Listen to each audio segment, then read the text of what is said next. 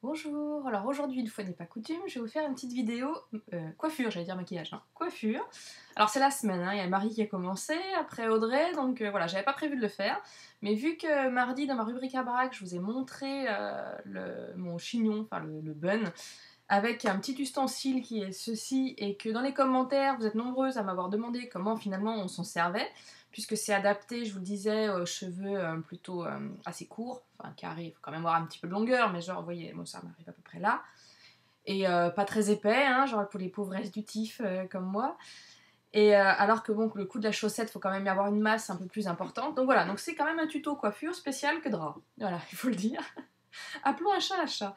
Donc, ce bidule, alors ça s'appelle donc un bun maker. Vous trouvez ça, je l'ai acheté sur ebay.fr, vous tapez bun maker et là je suis tombée sur une boutique anglaise.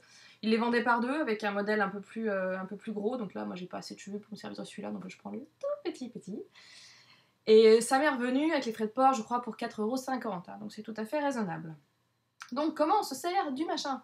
Première chose, il faut faire une queue de cheval. Donc avec un petit élastique et un classique, donc voilà. Haute, plus ou moins, enfin vous voyez où est-ce que... Je suis en train de me dire que j'ai une petite bosse, pas grave, on s'en fout. Où voulez-vous positionner votre chignon? Donc moi je l'ai fait à peu près au milieu. Je l'avais fait plus haute la dernière fois, mais plus haut c'est vrai que c'est un peu plus chiant à gérer au niveau des bosses, etc.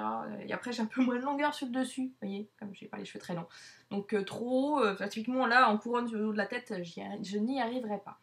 Alors, après, vous voyez, en fait, c'est une armature en métal type fil de fer qui est recouvert de mousse. Vous voyez.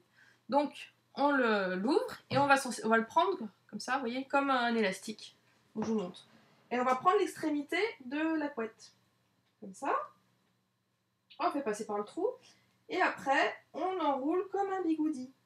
Hop, par le dessus. Et une fois qu'on arrive là, j'espère que vous voyez bien, on replie les côtés pour faire un rond, enfin une espèce de donut comme la chaussette de Marie.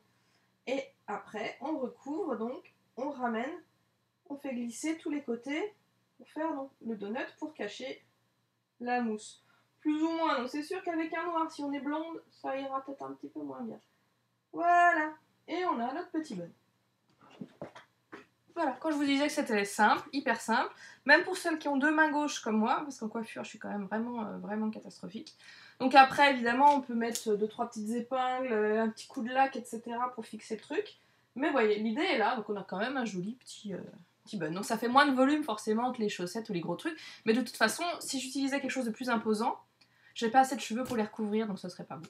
Donc voilà, ou alors faut prendre des faux cheveux, machin, mais après on se lance dans des trucs. Voilà quoi. Ok, bah voilà, bah c'était tout. Voilà, pour le chignon bun. Ciao!